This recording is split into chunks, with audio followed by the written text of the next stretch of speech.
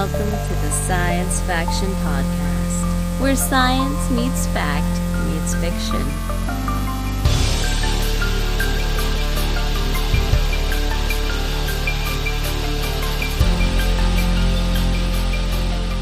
This is Science Faction for the week of October 19th, 2025. I'm one of your hosts, Steven Dominguez, and with me today, someone, it's not who you think it is. Kevin Kraft. It's just you. I'm not who you think I am. Well, most times you're gone, and it's just me and Ben. But this time, the turntables did a thing. What's going on, man? Let's see what's going on. We went to No Kings yesterday. Oh, we're getting right into it. All right, No Kings. Well, I mean, that's what's going on. That's what I did yesterday. No, that's you sent us a picture. Party. It was great. Yeah. Was that Jen was in an axolotl costume? She was, yeah. That's beautiful. Because, and for people who don't know, there was that whole in Portland. Mm-hmm. There was somebody in a big blow up frog costume who Yeah. got like maced or something. Yeah, something. And so a lot of people at the No Kings protest kind of adopted the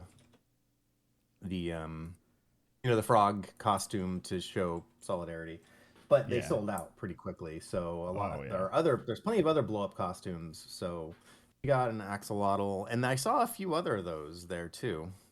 And there were some blow up like T-Rexes. I actually don't know if I even saw any frogs. I think the frogs sold out so quickly. Of course, it's not like the people who produce those things thought, oh my gosh, there's going to be a huge viral moment for this one costume. I mean, it's so great because it just shows the ridiculousness of what's going on. Like that it's pretty iconic now, even though it's not very old, but it's that frog costume you're talking about standing opposed to all of these, like, is it are they National Guard? Is it ICE? Whoever it is, all dressed up in riot gear. Which one it is. And they're just standing there like, really, this is where we're at? Is like the expression on the frog's face.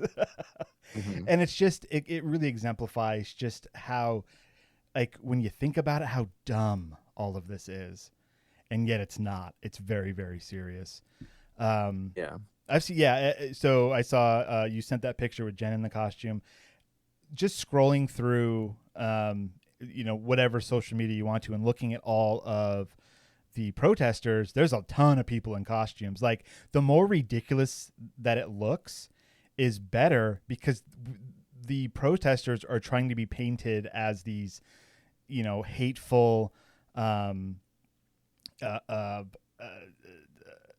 terrorists, and it's like, these hateful terrorists are dressing up as frogs, saying that, wrongfully detaining people is wrong. Yeah, it's great. Like, I think that's really what Portland has gotten right. This isn't a political podcast, but we're talking about this because this is what's happening. This is science fiction. That's the thing Portland got right, is just the, like, ridiculousness of it. Like, we're not out here to fight. We're not terrorists. We're not, we're exercising our First Amendment right to peacefully protest what is happening. Yeah. So how long were you guys out there? You're in Texas. So what was that like? So this is the second one we did in Texas. And so the first time we did it, we didn't know what to expect. We thought like maybe like 20 people would show up, but I think like 1,000 people showed up. Mm-hmm. This one was about the same. Okay. We actually thought maybe it was slightly less attended, but it was also a rainy day, so that might have had something to do with it. Yeah. Because I know around the country and the world, I think this one was even bigger than the last one. So I think overall, this one was more popular, or just more well-known, more well-attended. Well, yeah. I mean, things have gotten worse since the last one. So, it would stand to show that more keep people. Getting worse, Yeah. Well, and it's good they don't do them too often, because then they would just become kind of standard. Less people would attend, and they'd have less effect. So hopefully they can keep this kind of thing up, and the enthusiasm can stay up through, we gotta, obviously there's hopefully there's elections coming up. There's when it comes to federal elections, we've got a year from now, we've got the midterms, and that's super important because that's our first opportunity to do something that could actually have an effect on slowing down or stopping some of what Trump is doing. Mm-hmm. And then, of course, 2 years after that with another presidential election. So hopefully, I feel like it's not going to be hard to keep up this kind of enthusiasm because it's not like the things they're doing are going to stop. It's not they're not going to just all of a sudden be like, yeah, you know what, you guys are right. We'll stop doing this crazy stuff. No, that's not going to happen. No, so we'll have plenty of reasons to keep doing this, and hopefully people will keep their enthusiasm and vote these. Like even like they're not gonna so and so's out of office. Yeah. Or a lot of people are not a lot of people. Let me. This is a pod about science and science fiction. So, I came across several posts from a gentleman who is a doctor and does home care for the elderly, specifically stroke patients. And he has regular updates about what he sees from our president. And he's like, this is very clear. He's very clearly had some sort of stroke. Here's the reasons why, just points out all this stuff. And he says, I give him a 5 to 8 months. Like he's, I mean, we should have this conversation off the podcast. Okay, well that is interesting. I know I've seen pictures where like they showed like his lip was kind of like on one side was drooping. Yeah, one things side's like that. drooping. But I'm not gonna, it's hard to diagnose. Oh no, we're not doctors. We can't diagnose. But we're also not being told what's going on. The other, one of the other things he says, if the right side of the face is drooping, that means a stroke happened on the left side of the brain. And that is the like where a lot of the liberal side of the brain. That's so he's even more callous because what would be the compassionate side of his brain is now dead. So it's dead and rot. No, it has to do with speech and cognition. And then people have pointed to like he's rambly and making even less sense in his talks and stuff. Who knows? Who knows? But a couple points. Gonna say, I mean, one of the big things for me for the protests is because I'm not a big protester. Regardless of what my political opinions are, I'm just lazy. So I'm like, And generally, in my mind, there's always stuff to improve on, of course. Yeah. But generally, I was content with the standard quo when it comes to like politics. I prefer democratic policies and democratic leadership. But anyway, so I would not want to go out and protest, but I participate in these because it's important. And I know from what sources of media I take in for politics, I know a lot of other people who kind of feel the same way as I do also feel the same way as I do when it comes to the protests. They're like, normally I'm not really one to protest, but this is just something you can't really just sit idly by. And then the whole thing where they're trying to paint the protesters as terrorists and all that insane stuff and anti-American. Yeah. It's like, first of all, protesting and free speech is extremely American. And these are not, that's the thing is, if you look at the groups of people and their signs and everything, they're patriotic. There are ex-military members. There's people who obviously waving the American flag at these protests, not burning the flag, not having the flag upside down, not being disrespectful, like the exact opposite. They're saying, no, we want America. We want the United States. We want the democracy and everything that we thought we all believed in. We thought that these are the foundational things that we didn't think we really had to fight for anymore. Like, at least, again, that's how I felt and I was wrong. But so things like that. And then when it comes to like, this is a podcast about science or science fiction. When like the sign I made said truth, science, democracy, no kings. Yeah. Science is under attack. And that completely falls into our Our area of sphere. discussion. Yeah, for Yeah, sure. and in multiple ways, I've talked about like cuts to funding for NASA, and there's cuts to funding for all kinds of other scientific initiatives, whether it's educational or just other research venues that require government contracts and government, grants. And then there's of course the the Health and Human Services Secretary RFK Jr., who's, Oh my gosh. I mean, we can talk about science and completely show and, talk about how absolutely wrong he is and just how harmful Mm-hmm. what he says and does is to the country. Yeah. So I don't feel like that's like betraying our I don't know what you call it, Our mission our, statement. our mission statement. Yeah. Um, and Yeah. then Going one through other it. thing. Oh, go ahead. Yeah. Go ahead. Go ahead. I can't remember what it was. Could have just been along the lines of "Who cares anyway?" I'll talk about whatever the hell I want to talk about. That might have been the sentiment I was thinking, but anyway. Yeah.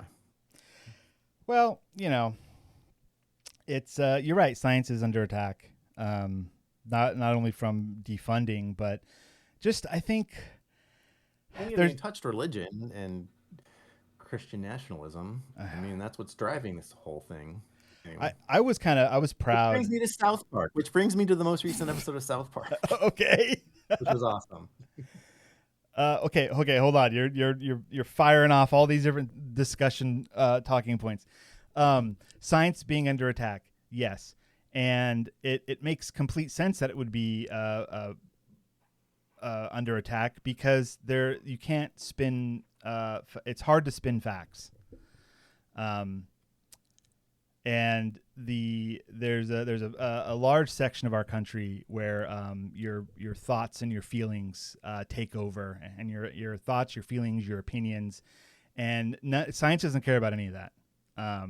You take a chemical, you touch it to another chemical, there's a chemical reaction. It doesn't care if you're sad about it or if you're happy about it. That's what happened, And so and we've been railing on this with anti-vaxxers for years,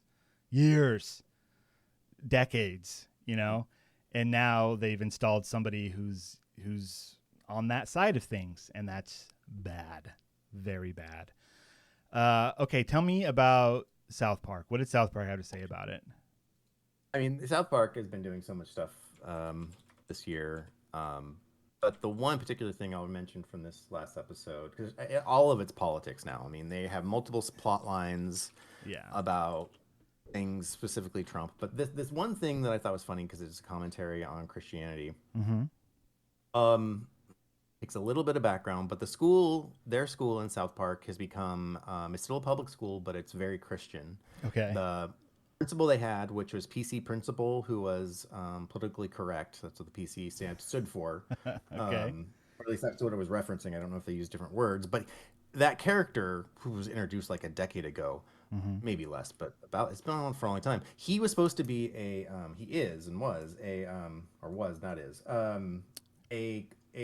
caricature of too far left policies of being too politically correct and being like, going overboard, like, oh, we can't say anything. Geez, that kind of idea. Okay, sure. Like that was what that character was there for. That was the joke. So now now they've flipped it, and PC principal is power Christian principal. It's the same character, but he's decided to become full Christian because that's what the world is now. Wow. And they even have Jesus as the counselor at the school. Because, of course, in South Park, Jesus, Satan, these are all characters within the... Well, yeah, and Satan plays a big role in this season, too, but I won't get into but but the thing about it for this episode is all the Christians, the principal, and then his wife, who used to be like strong independent female, is now strong Christian whatever. She transitioned to Christianity. And to do that means you get boob implants, like collagen injections into your lips. You look like a porn star, basically. But that's the idea. Like you're of course they go overboard with it for comedic effect. But the idea is that to be a Christian woman, there's a certain look that comes with that, and you go get, like literally go get medical procedures to make yourself look more like what men think a woman should look like.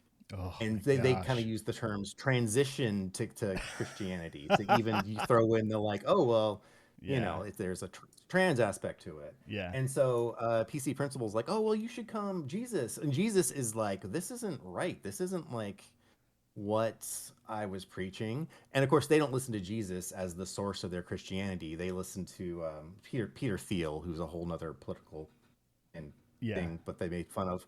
But the idea is like, oh, well, you're called Christianity because you follow Christ, and he's right there saying this isn't what I meant.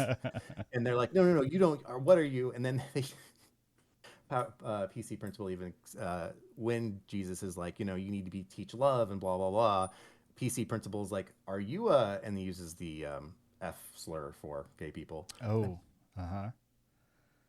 Because that's the thing. It's like Christians today, if you follow Christ's teachings, which are pretty liberal, that's what you consider weakness to be if you are on the right. yeah. And so anyway, the point of the whole thing is that Christians nowadays are not obviously following what Christ would want, his teachings. Yeah. And at the end of the episode, after Jesus, who was at dinner with PC Principal, and they tried to set him up with another woman who transitioned to Christianity, and she looked even worse with like a really bad boob job where it was just going different directions. South Park does everything to the extreme. Of course. Jesus leaves the dinner and he goes on like a soul searching walk, and he comes to a church, and he looks at it, and he gets this this look of determination on his face. And you think like, oh, he's gonna go back to the place and like tell everybody like, look, this isn't fair, this is really not what I'm teaching you, it's got to change. Instead, he goes back to the restaurant, and he takes the woman they set him up with, and he takes her home. And then you see him in the bathroom, like looking in the mirror, and he like rips the sleeves off his tunic and like shaves his mustache to be like a biker mustache. And he's like, basically, Jesus gave up and joined them instead of trying to teach them his values. He's like, fine, can't beat him. He doesn't say this, but it's basically can't beat him, join him. So they've turned Jesus into what they want, as opposed to what should have happened, which is the opposite. That's amazing. Yeah. Man, South Park's doing art, man. That's something else. And that was one of like 3 plot lines that are going on in this season. That's amazing. Have you heard of 6-7? Oh my gosh. Yeah. The kids are saying so that's the big part. That's a big part of this episode. And if I hadn't, because Jen told me about it recently, because she has patients who are like teenagers, and they'll do it and mention it, and she sees it on like TikTok and stuff. And she mentioned it to me like recently. I'm like, well, I have no idea what you're talking about. And she showed me clips and stuff. If I hadn't seen that, because this episode starts with just like a barrage of 6-7 and the kids doing it, and it's just insane. And I would have thought they made it up for this episode if I didn't know about it, because it's so insane. I'd be like, what is this insanity? But it's real. Yeah, it's just the kids are all saying it. And I don't know.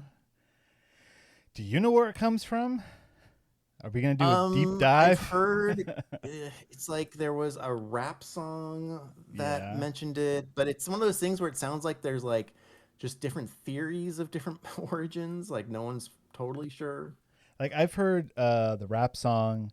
I've also heard that somebody else said it in referencing the rap song, but like people didn't know about the rap song, so they point to that person, like a basketball player or something, like in a press deal said it. And I don't know. It just kind of, the kids are constantly saying it to the point where I've been like, don't say that around me anymore. Like, because now it's just on the school year. Yeah. I see. It hasn't. I mean, my kids are somewhat younger. Although your oldest is about the age of my youngest. I mean, we're talking second and fifth grade. My oldest is the age of your youngest.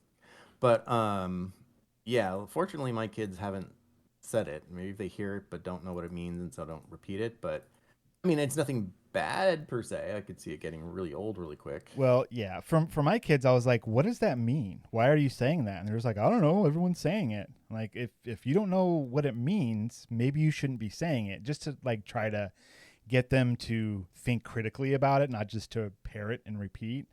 But that didn't really work. And so I was just like, stop saying it around me. Like it's whatever. Just like how everyone's bruh. And I'm like, I get that one. Because when I was a kid, I remember calling everyone dude. And like, that was just, it's one of those I still do that. nicknamey things. Anyways. All right. Hey, this is a podcast about science and science fiction. Let's talk about some of those things. Or maybe not. So I was trying to think about any kind of science fiction-y stuff that I've been consuming lately, and there really isn't much.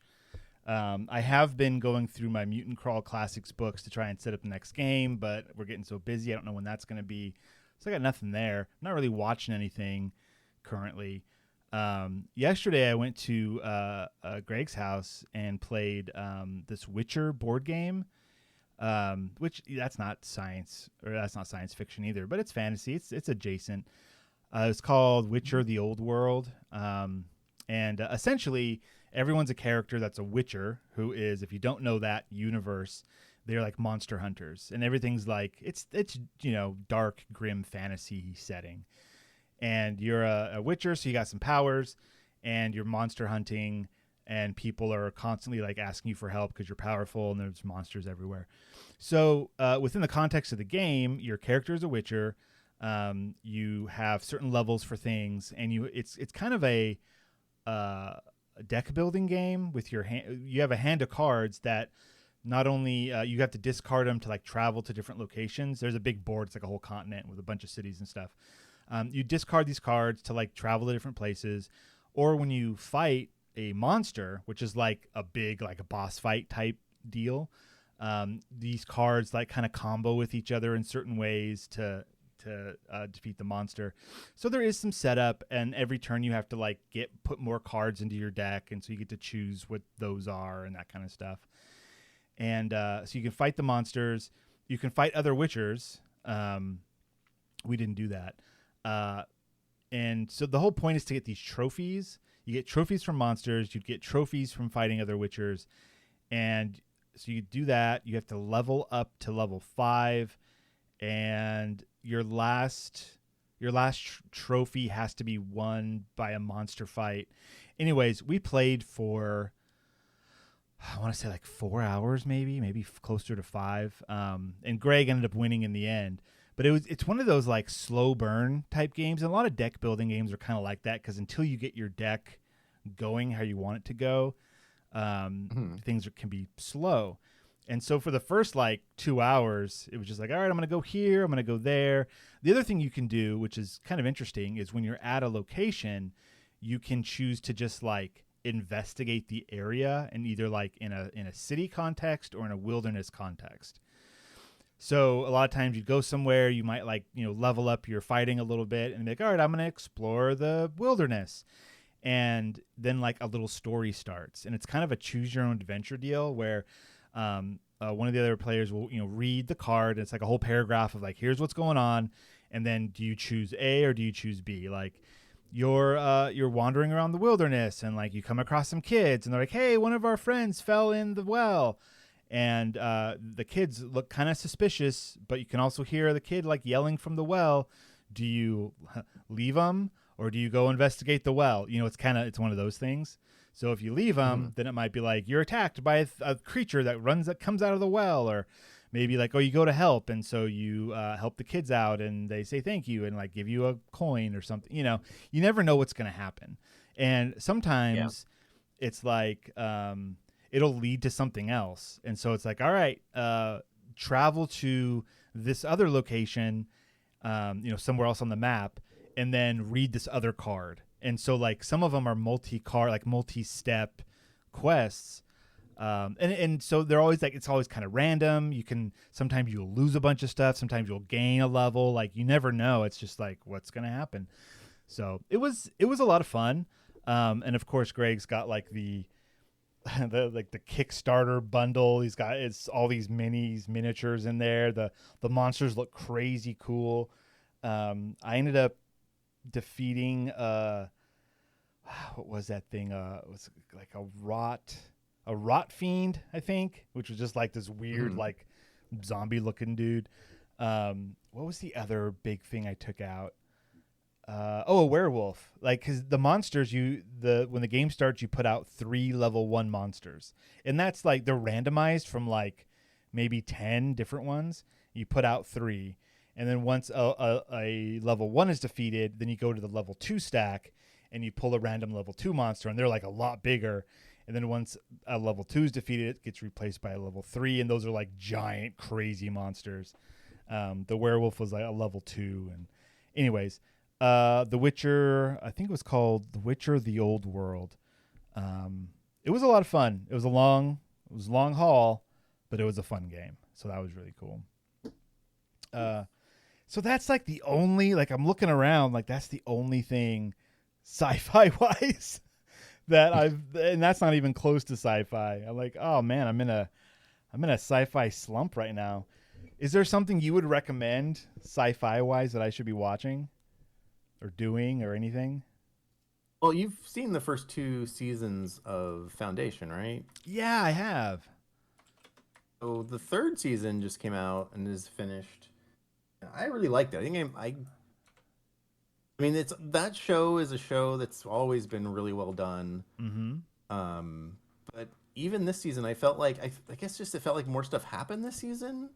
Okay. But I don't know. I really enjoyed it. I mean, it was more, maybe because it was like there's a clear bad guy, like the mule, which they've introduced in the previous season, but really just through visions, is like now here, and he's the main bad guy. Is that the dude with the goggles?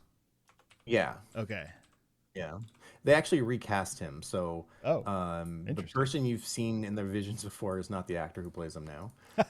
It's actually the actor who was in Game of Thrones and was the kind of the new bad guy towards the end of the show who like commanded the Navy. I think he was a Greyjoy. Yeah. I don't remember it that well, but okay. I don't remember. But he's a good. Yeah. Yeah, he does a really good job of being like a maniacal bad guy, and then when it comes to the Cleons, the 3 Cleons, they just do a lot more and go more places, and like it's a lot more interesting, like what happens to them, and of course what it means for the Empire as a whole. Did they do like another big time jump, or like series of time jumps? A couple 100 years, because at the end of the last season, the characters, Harry Salden, right, who's been dead, and he's like in a quantum computer or something. Whatever. Well, but he's alive. There's also a version of him that's alive, but they sort of didn't explain where he came from, but he's alive. Yeah. That version of him, the living one, who's at the 2nd Foundation with, I really should know her name because she's the main character. We did finish it like a few weeks ago, so. Okay. Yeah, I don't remember any of their names either because it's been since season 2 since I watched, so it's been a while. So stupid. You looking it up? Gail Dornick. Yeah, Gail. Yeah, Dornick. Okay, sure. Yeah. She also goes into the cryo sleep thing at the end of last season, and is like, we'll come out in 200 years. Although at the beginning of this season, they kind of show you they come out like every few years to check on the 2nd Foundation and then go back in. But it's kind of like a montage. So essentially, there's a big time jump. Okay, cool. Which shows you like where the original Foundation is now and how they've kind of become corrupt, and then Empire is slowly falling apart still, and then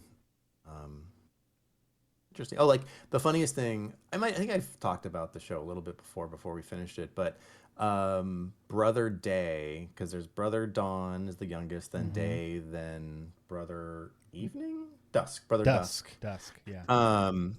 Brother Day, who's the one in control, like the one that actually has the authority.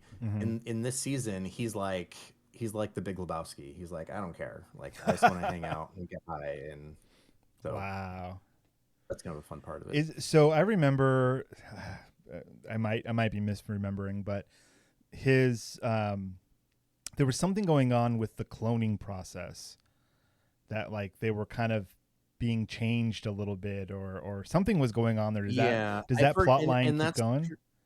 They do mention it that's happening, and that's why they kind of talk about why they can be so different now. Their personalities are unexpected because there's genetic drift. But I don't remember why that happened. I think it was the second season they talk about that, how that was introduced like against their will, like somebody put that in there so that they would change. But yeah, I don't remember the origin of that, but they do mention it, and that is important. Okay, cool. Um, Well, shoot, I well, gotta it's catch also up on funny. I that. don't want to because and then so brother Day, since he doesn't want to be a leader, he's like, well, I'm going to give up my authority, which means brother Dawn is going to become brother Day sooner than expected, and brother Day is going to become brother Dusk, which forces brother Dusk to be destroyed. But they do talk about how well the Cleons have to be killed sooner because of the genetic drift. They become unstable earlier. Oh, okay. But he's like, I don't want to die. Like I don't want to die. And that's a very big deal and becomes a very big part of this season when Interesting. you've got one of the Cleons kind of like doing things in the background. It was really good. I enjoyed it. Cool. Right on. Foundation season 3. Good. All right. Let's move along here. Let's get on to our future or now section. By the way, Ben's not here. I don't know. We didn't really talk about it, but he's not here because he had we couldn't find a time that aligned for all three of us today because people are busy doing stuff. So he nominated himself to have a day off. And you were sick last week. What was it anything serious or was it just something going around? No, I could tell that I wasn't feeling well and that I wasn't going to be able to stay up, even though you were recording early enough to where I don't have to stay up too late. I could just tell like I'm gonna probably be asleep by then, and it's just not gonna be. You gotta take care of yourself, time. man. Yeah, it's just a dumb podcast. Only idiots listen. Sorry, listeners. I love each and every one of you. All right, let's get on to our future or now. I'm gonna go first just because there's no reason. So I'm gonna call this "Don't Drink the Kool-Aid or the Soda." This comes from Science Daily. It was published on October 19th. Hey, that's today. The title is "Even quote diet soda may be quietly damaging your liver," scientists warn. So this is kind of interesting because there has been a lot of like diet soda is bad for you is because it's got that aspartame or aspartame or whatever you even call it. And so this doesn't aspartame. There's a few different artificial sweeteners, but yeah. Yeah, and so I was anticipating this article to go into that. It doesn't at all. It's like that's not the thing. So there was a massive study of over 120,000 participants found that consuming more than 1 can a day of either sugar sweetened or low/no sugar beverages sharply increased the risk of metabolic associated steatotic I don't know how to say that, liver disease. That's MASLD, and even liver-related deaths. Surprisingly, quote, diet drinks carried similar or higher risks, potentially through changes in gut bacteria and appetite regulation. So this article is a meta study, or one of those big ones. Let's see. So this the research followed 123,788 adults from the UK Biobank who had no signs of liver disease at the start of the study. Participants' drink habits were recorded through repeated 24-hour dietary questionnaires, allowing researchers to explore how both SSB, which is sugar sweetened beverages, and LNSBB, which is low or no sugar beverages, consumption related to MASLD, liver fat buildup, and deaths linked to liver disease. Individuals who drank more than 250 grams of either type of beverage per day had notably higher risks, a 60% increased likelihood of developing MASLD for those consuming LNSSBs, and a 50% increase for those drinking SSBs. So, if you drink more than 250 grams of like a diet soda, 60% increase. If it's regular sugary soda, 50% increase of the metabolic dysfunction associated steatotic liver disease. Okay. During a median follow-up of 10.3 years, 1,178 participants developed MASLD and 108 died from liver-related causes. Although SSBs were not significantly connected to liver-related mortality, LNSSB consumption was. Both kinds of drinks were also associated with higher levels of liver fat. So, what is this telling us? I don't know. It's okay, so let's see where lead researchers Liu explained SSBs have long been under scrutiny while their diet alternatives are often seen as a healthier choice. Both, however, are widely consumed and their effects on liver health have not been well understood. Our study shows that LNSSBs were actually linked to a higher risk of MASLD, even at modest intake levels such as a single can per day. These findings challenge the common perception that these drinks are harmless and highlight the need to reconsider their role in diet and liver health, especially as MASLD emerges as a global health concern. Let's see. The authors emphasize that these findings support limiting both SSBs and LNSBs as part of a comprehensive prevention strategy targeting not only liver disease but also cardiorenal metabolic health. Replacing either beverage with water significantly reduced MASLD risk by 12.8% for SSBs and 15.2% for LNSPBs, while substitution between the two types of beverages offered no risk reduction. Lou added, quote, the safest approach to limit both sugar-sweetened and artificially sweetened drinks. Water remains the best choice as it removes the metabolic burden and prevents fat accumulation in the liver, whilst hydrating the body. I mean, essentially what they're saying is, if you're not drinking water, you're going to die. Yeah. If you really want to be reductionist about it. What this study doesn't go into are the specific like chemical causes, which I think would be the next step. Like what inside the SSBs and the LNSSBs, what exactly is it that's causing this metabolic dysfunction associated steatotic liver disease? Yeah. We don't know. Like this is like the first step in really figuring it out. Like we have seen that there's some kind of link between the two. It's a large study. 123,000 adults. That's significant. As long as a follow up, roughly 10 years later, to see where people are, and seeing a bunch of them died of liver related causes. It's like, okay, there is some kind of connection. It appears there is some kind of connection. But in these big studies, there's a lot that's not being controlled for. Is there something else in the diet in the UK that would cause this? Right? This is like a good first step, but more science needs to be done. Would you agree with that, Devon? Yeah, that's usually the case, but it is important to know that there's a risk. Potentially a risk because, like you said, you got to verify it.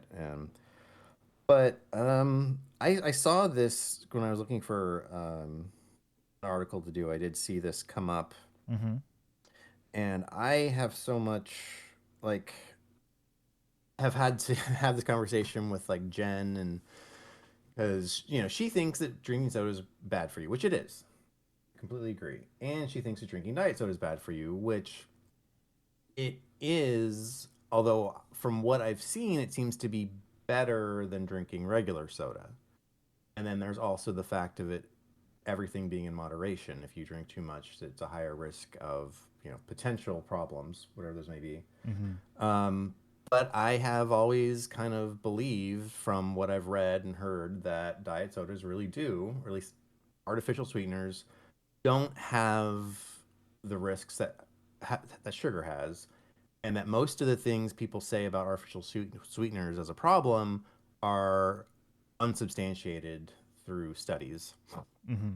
But that doesn't mean there isn't a potential problem.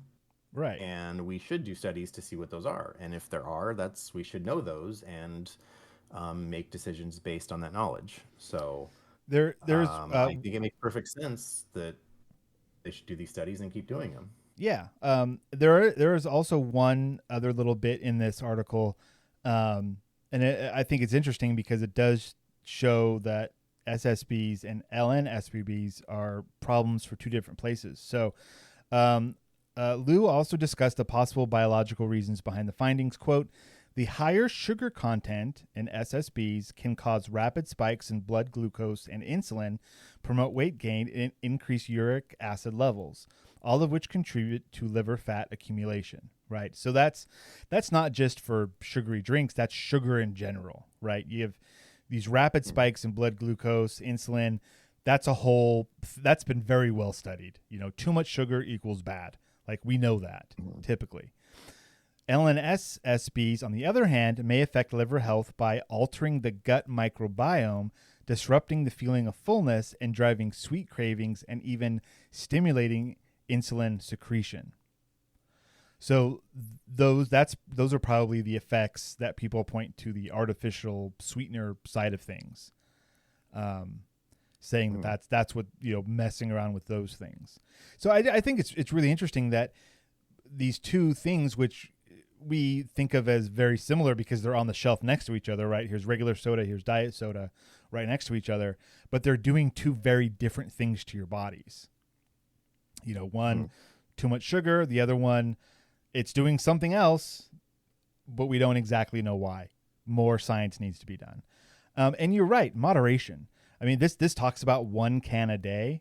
Have less. I've actually shifted away from soda, or diet soda, I should say, to the the liquid death, like the sparkling water that has a little bit of sugar in it, like a little bit. And that to me has been it kind of, because it is carbonated and it is like a little bit sweet and it's got a flavor to it. That's quickly replacing the soda for me. And I don't know if it's healthier or not, but it is not very much sugar, and it doesn't have the artificial sugar in it either. So I'm like, is this better? I don't know. Like, we should throw that kind of stuff in these studies as well to see how that's doing. It's probably not as good as just regular old water, but maybe it's a nice replacement, perhaps, to drink less soda. I don't know. If you're feeling that, soda is causing problems for you. More research is needed. This is a good step. I think this looks like it was a good study. Again, links are in our show notes if you want to read it yourself. And then there's the link also has another link to the journal that this was published in, which was, where's it at? The global. It's got a great title. The Global Epidemiology of Non-Alcoholic Fatty Liver Disease and Non-Alcoholic Steatohepatitis. I don't know these words. It's there if you want to read it. Yeah, good stuff. What have you got for us today, Devin? I've got another article from Science Daily. Says the midlife crisis is over, but something worse took its place. Oh no. The change may be driven by declining mental health of young people, not improvements in middle age, per additional US and UK data. Okay. So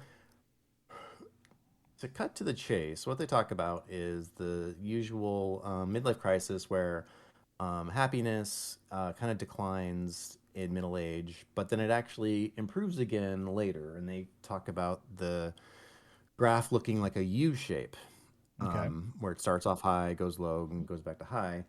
And what this seems to be saying is that you should think of it more of getting rid of that first high, so it's low, stays low, and then gets a little higher. It's kind of what I took from this. So it's not necessarily getting rid of the midlife crisis. It's just saying, well, you're already unhappy, so you're not going to get more unhappy. You just That's look, how I interpreted. If you're never happy, then you will always just be fine. Yeah. You can't. Can you be unhappy if you've never been happy? Because it's unhappy. Like first you have to be happy to then be able to be unhappy. But if you're never unhappy, I don't know. Well, I guess I'm kind of curious about how realistic is the whole midlife crisis thing, because I know there's kind of a theory in psychology that we kind of have a baseline pretty much, like things from our day to day might make us happy or sad, but we generally return to our baseline that's kind of pre-programmed genetically. Okay. So I'm not sure how that factors in, but so they talk about the U-shaped trend that I talked about. Then they say recent data points to a worldwide decline in well-being among young people. Most studies have not directly addressed the implications or the causes. So the data, which is from the U.S. and U.K., these are surveys that included questions about participants' mental health. U.S. data included responses from more than 10,000 adults surveyed by the Centers for Disease Control and Prevention between 1993 and 2024. The U.K. data spanned 2009 through 2023 and were collected in the ongoing U.K. household longitudinal study, which involves 40,000 households. Okay. And this showed that the ill-being hump has disappeared. And that's funny. There's double negatives in this if you think about it, because such that ill-being / unhappiness now tends to decline over the course of a lifetime, which if you read that, it's saying that ill-being and unhappiness tends to decline over the course of a lifetime, meaning happiness goes up, right? Yeah, slowly and Unhappiness steadily goes tends to up. decline, so happiness tends to incline. So it sounds like to me it used to be you go to school, you go to college, everything's good, you get a good job, you're feeling up, you start living your life, you have kids, you get a partner, maybe you have kids, house, society, everything's looking up, and then life kind of gets stagnant and hard. Like it's hard being a parent, right? Like I know, like there can be certain like the more things you buy, the more like bills you have, and things kind of build up and pile up as you're going through midlife. That's when the crisis happens. More money, more problems. Exactly. And then the kids go off to start their own lives, and then your quality of life starts to go up again. And then what they're saying is like, well, actually, you don't get this happiness boost at the beginning because no one can afford housing and the job market sucks and they're not paying enough. But still, you will still steadily get better over time. So, I don't know. Yeah. So the next part says, ill-being among people in their late 40s and older did not change significantly. Instead, the hump's disappearance appears to be due to a decline in mental health among younger people. That's where I said, like, my interpretation means then that the U just turns into a J. And then it says the researchers analyzed nearly 2 million people from 44 countries, including the US and UK, from a mental health study called Global Minds, covering 2020 through 2025. This data suggested that the unhappiness hump has disappeared worldwide. They say the reasons they're not sure. They suggest several possibilities, including long-term impacts of the Great Recession on job prospects for young people, unfunded mental health care services, mental health changes posed by the COVID-19 pandemic, and increased social media use. Further research is needed to determine whether any of these or other factors are at play. And then it says the authors added, ours is the first paper to show that the decline in young people's mental health in recent years means that today, both in the United States and the UK, mental ill-being is highest among the young and declines with age. Again, that seems to be a reverser. So ill-being is highest among young people. So being sad is highest among young people and then declines, meaning they get happier. This is unless it means that you're sad when you're a kid and you just get sadder, which is also possible. But no, I think you're reading it right. Mental ill-being is highest among young and declines with age. So you get happier the older you get. Yeah. Well, you could say improves, as in, I don't know. You could have written that clearer. Or just in parentheses saying, this means you get happier. All right, this is a huge change from the past when mental ill-being peaked in middle age, and that's the typical midlife crisis. The reasons for the change are disputed, but our concern is that today there's a serious mental health crisis among the young that needs addressing. That sounds pretty accurate. That does sound extremely accurate. What, like, looking at the state of the world, if you're a kid or, you know, you're young, what do you have to look forward to? Like, there are, anything I say is going to be apocryphal because it all comes from social media, which could or could not be, you know, the algorithm showing me what I want to see and not what is reality. However, looking just at the news, whichever version of the news you want to look at, they're telling you things are terrible, maybe for truthful reasons, maybe for untruthful reasons. But no one's like, don't you remember how optimistic things were in the 90s? Like, it was like, come on, let's all recycle. It's going to be great. Like that. I don't see that anywhere anymore at all. Where's the positivity? It's been sucked out of the world. I mean, it feels depends on how much you pay attention to that stuff. I would be curious to see of all these young people who report that they have a low happiness index or whatever, or their ill mental health index is reversed from the opposite polarization. But it's not that complicated, Devon. I swear you could have made that clear. But so the people that they surveyed to say, and maybe this is some of the data points and they didn't get into it, but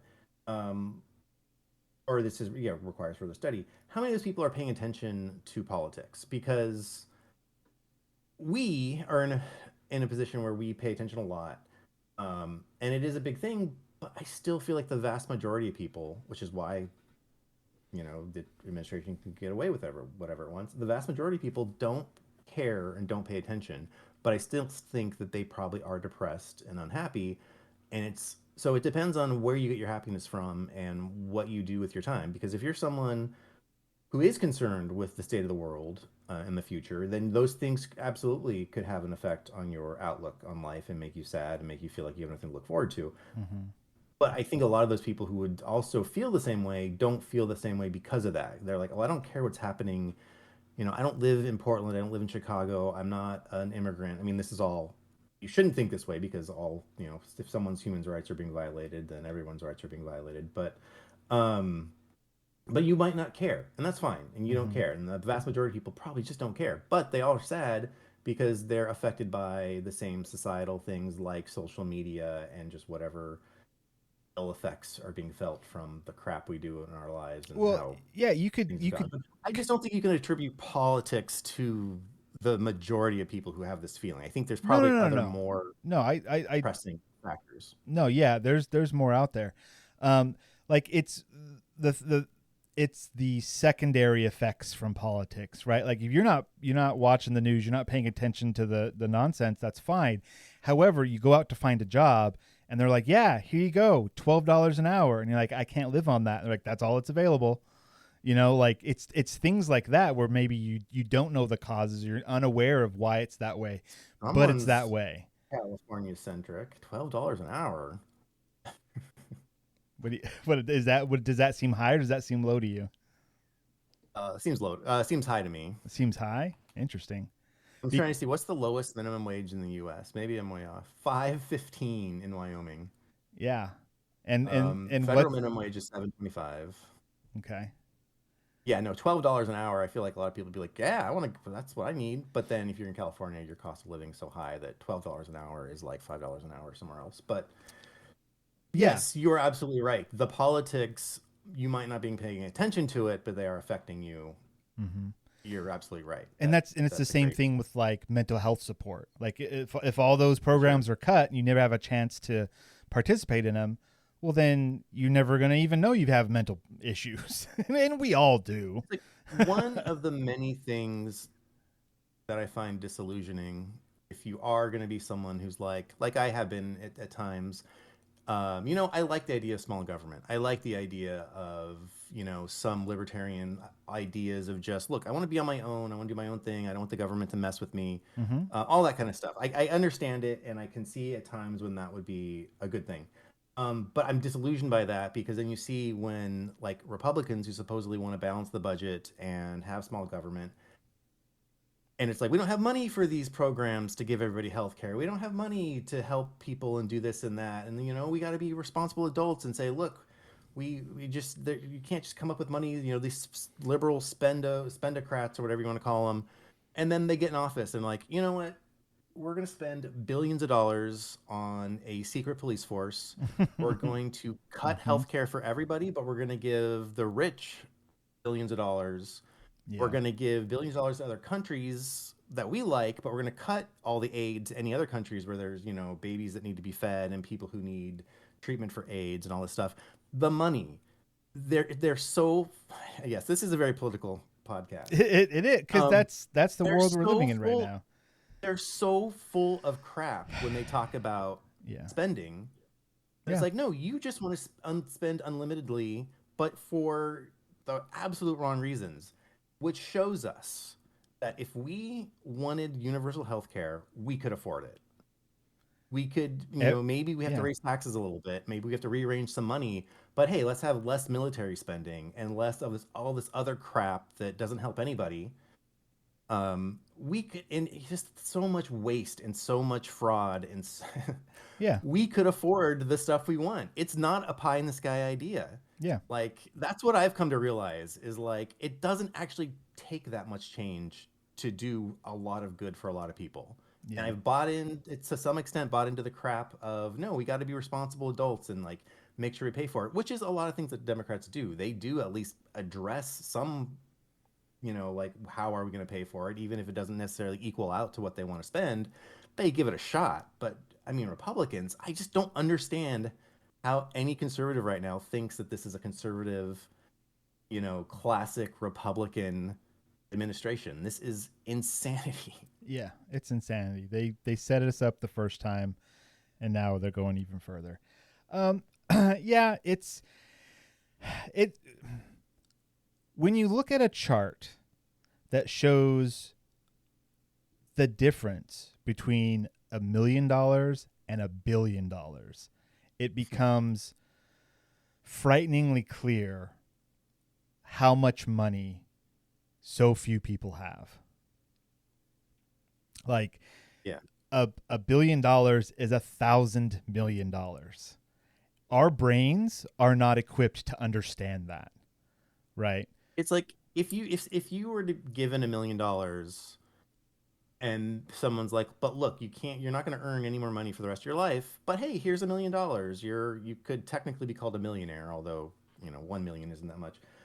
You wouldn't, you might think, oh, great, $1 million.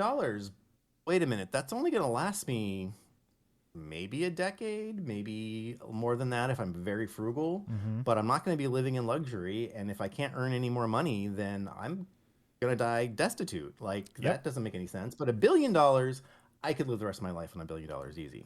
It's in comfort. Like I said a second ago, if you look at a chart, like a graph that shows it, it's amazing. But also if you convert it to time, I watched a YouTube, like one of them science YouTube things.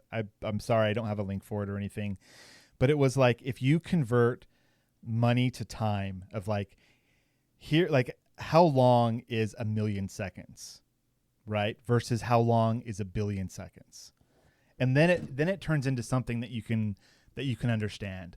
I'm going to pull up my calculator right here, and I'm going to try to do it real fast. So 1 million seconds, right? We divide that by 60 to get minutes. We divide it again by 60 to get hours. Divide it again to get days. Or 11.5 days. All right, 1 million seconds is 11.5 days. Okay. Now let's do 1 billion. 1 billion seconds. Let's see, divide by 60 for minutes, divide by 60 for hours, divide by 24 for days, 11,574 days, divide by 365, 31 years. A billion seconds is 31 years. A million seconds is 11 days. Think about like the vast, like we can understand that. Our brains can understand that. Think about that now and turn that into money, right? If $1 million will let you live for 11 days and $1 billion will let you live for 31 years, they are nowhere close to each other. And we have people that have hundreds of billions of dollars just hanging out in our world right now. Think about how much life that can give others. On my rewatch, but my first watch of the last 30 seasons of The Simpsons, I just watched the episode where Elon Musk is on the show, and the whole episode is framed around him. So he's not just like a cameo walk on and off. He's like, the episode is about Elon Musk. And this is, this was like 15 years ago. So it was before he went full evil. Very different. They fawn over him. Lisa thinks he's the best person in the world. And the plot becomes that he goes into business with Mr. Burns because he has a way of creating or generating energy more efficiently. And Mr. Burns is like, oh, we're going to be rich. And so after they go through the whole, they set everything up, and then Mr. Burns is like happy. He's like, oh, how much money have we made? And Smithers tells him like, well, actually we're losing, this much money every second. And Mr. Burns is like, what are you talking about? And then Elon Musk is like, well, yeah, we have to plan for the future. Like we have to invest now in the future to make it self-sustaining. And that if that means we lose money now, then that's not a big deal. With, total like idealistic liberal ideas, which is nothing that certainly nothing he would say today. And who knows what he actually thought back then. Right. But it's like nothing like, it's just hilarious that was the perception of him. And now he's hated by both sides because he's such an idiot. But it's just hilarious. There was a time when he was like we fawned over him on this podcast, like with Teslas and stuff. It was like, wow, space and, this guy's actually trying to do stuff.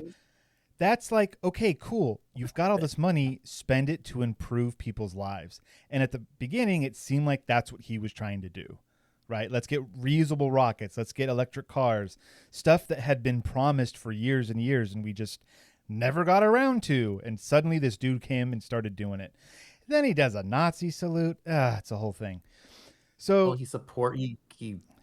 it's Trump. He's a factor in why Trump is our president now. I mean, he supported him, funded him. He spent millions on propaganda, essentially. Yeah, because he thought he was going to have a seat at the table, and then now he's and then when he anymore. was in charge of Doge and did a bunch of terrible stuff, and like it's what's hilarious is like it's heavily reported on. Like half of it, it's like, oh, all these jobs were cut. But then what's not reported on is like a few months later where they're all rehired because it actually broke stuff. Yeah, like we need those people. It turns out those people were there for a reason. Yeah, so like there's a great back to social media. There's a great account that I follow that goes through all of the reversals that happen where it's like Trump tried to do this court or this judge blocked him, or and like. I knew about the first part, but I didn't know about the second part because it's not reported on because we've already moved on to the next crazy thing that's happening, right? Yeah. So science and science fiction. All right. So this was a weird episode. We didn't take weird. We didn't take a break. We didn't take a break. There was no break this episode. That's fine. No book club this week because of that. And the story that we were going to do was Planet Lion by Catherine M. Valenti. There is a link in the show notes. You can listen to it within that link. There's an audio version or there's also the text version to check it out. It was crazy. That's a crazy story. I can't wait to talk about it next week. I highly recommend our listeners go check it out. But we'll do that next week, hopefully with Ben in tow. And give that a good talking about. Look, guys, you can't run away from politics forever.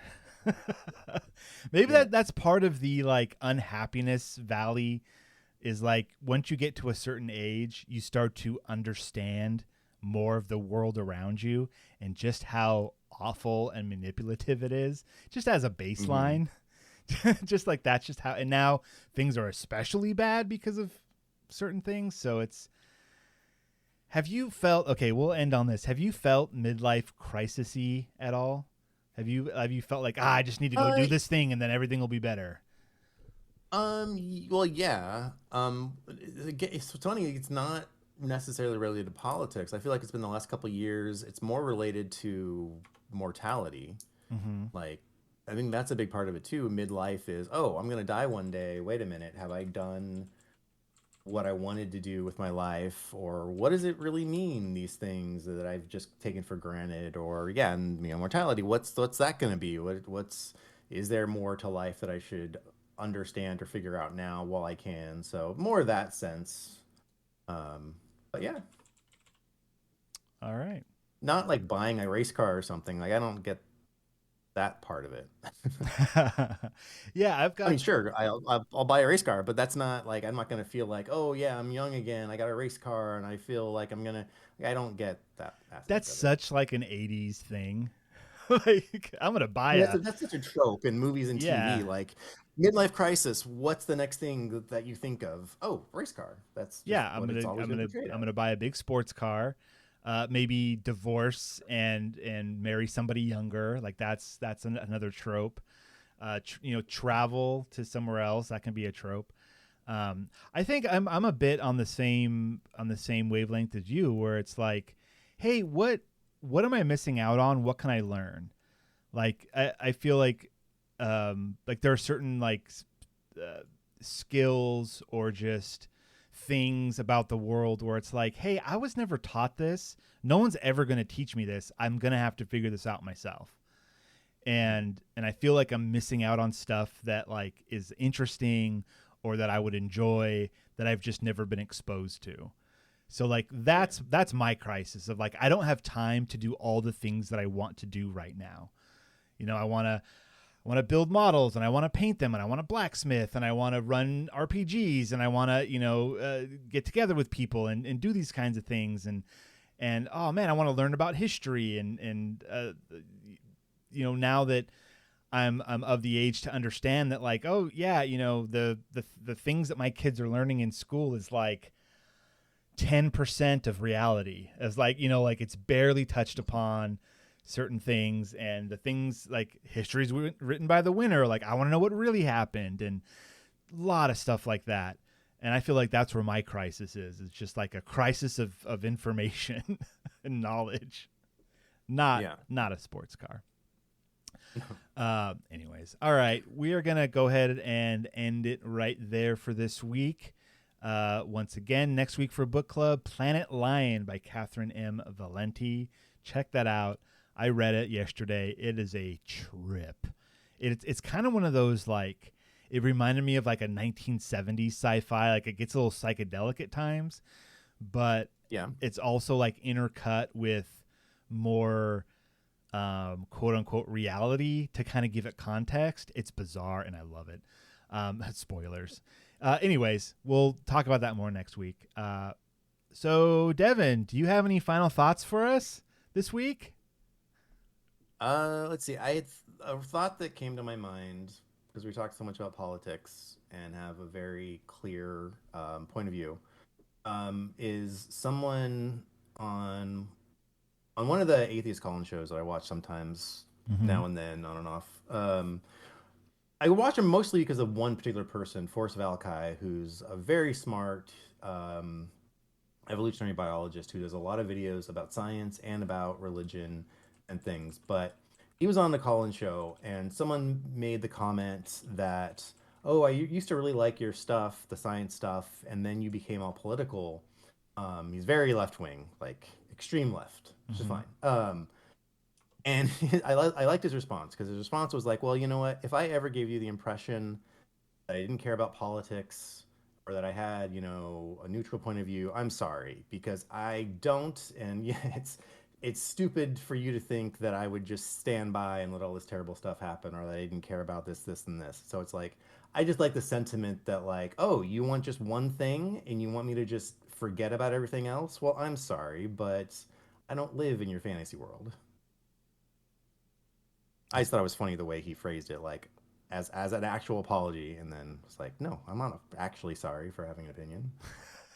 That's beautiful. All right. Good night, everybody.